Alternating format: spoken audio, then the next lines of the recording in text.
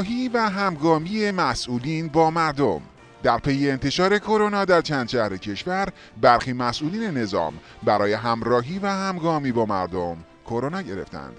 در رابطه با آخرین اخبار کرونا با یکی از مسئولان مصاحبه‌ای داشتیم که توجه شما را به آن جلب می‌کنم. با عرض سلام خدمت شما مسئول گرامی. سلام جانم. حالت چطوره؟ خوبی؟ خدا رو شکر، ظاهرا شما بهتری. باور کن امروز دیگه انقدر خندیدم دل درد گرفتم.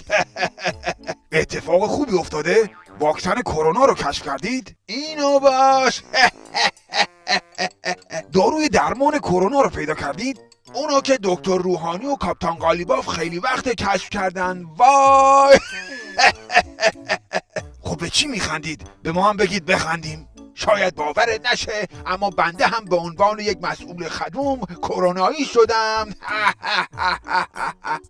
آقای عزیز، مگه این خبر خندیدن داره؟ آره، پس چی؟ درسته که میل به زندگی برام خیلی کم شده، اما با فداکاری های دیگر مسئولین خدوم نظام درمان شدم.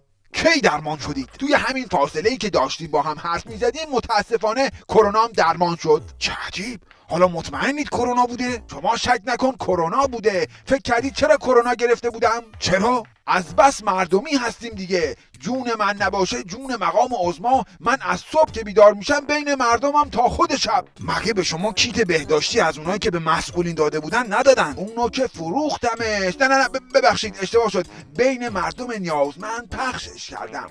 خب با این حساب که شما کرونا گرفتید چه تضمینی وجود داره که مردم نگیرن؟ ببین من نمیدونم شما چه مشکلی داری، مغزی، روانی، ادا در میاری. مرد حسابی من کرونا گرفتم و دارم میخندم تا توی نفهم بفهمی که اصلا کرونا چی هست.